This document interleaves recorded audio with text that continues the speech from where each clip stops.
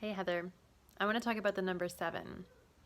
Seven is significant across cultures and religions and millennia, and it's also significant because it is the number of years that separate you and me.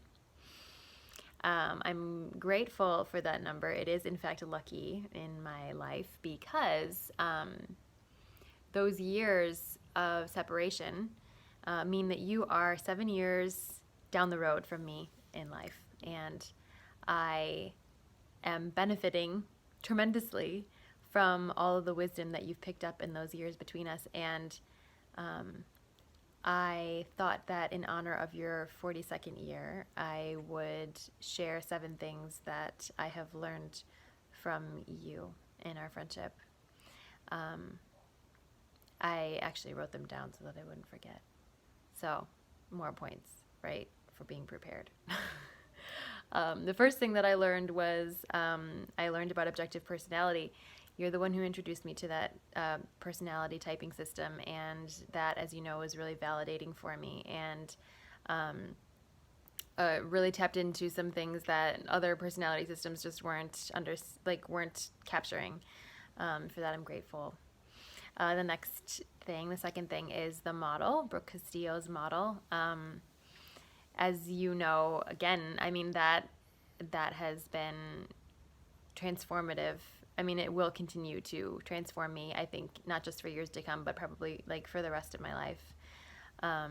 So you introducing me to that was just huge. And the third thing is something that the next few things really are things that I picked up on just over, just from you talking about your life. The first one is self-observation. I know you've worked to be able to see yourself, in situations that like kind of step outside of a situation and watch yourself and how you interact. And I find that really amazing, and I'm still at the very early stages of understanding how to do that. But I think it's really admirable, and I want to be able to do it like you do.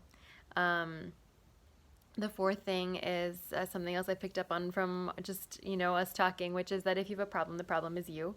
I have given a lot of lip service to that kind of thing, like, oh, you're the common denominator if you have a problem. And I do believe that, but really you exemplify that. You understand that if you're having an issue with someone or something, like it's just so easy for me to be like, oh, the problem's out there, the problem is this person, the problem. It's like you just automatically look at what you're doing in a situation. And I know this is connected to the model and Byron Katie and everything, but you look at what you're doing in a situation and change, what you can do from your end, and which always changes it because, any one person changing themselves in a situation is going to change the situation. So the fifth thing is something that for me is it does not come naturally. None of these things do.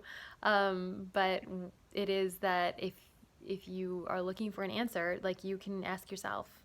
And I always am looking outside myself for answers to all of my questions. And I just see you, and you are really good at just asking yourself what the answer is and challenging me even in that way to, well, why don't I see what I think? I can ask my own brain. And the sixth thing is a little different. I've learned a lot about my husband from talking to you. Maybe it's an Enneagram 9 thing. Maybe I'm sure you guys have other things in common. But we've seen that, you and I, that there are things that you guys have in common. And I understand him better because I understand you. And the seventh thing is that I've learned about myself because you are really good at asking questions, and you are really good at gently challenging me and making observations, and you just don't hesitate to do that, and I love that. And I always walk away from our conversations just more enlightened about life, about myself, about all kinds of things. I take notes, as you know.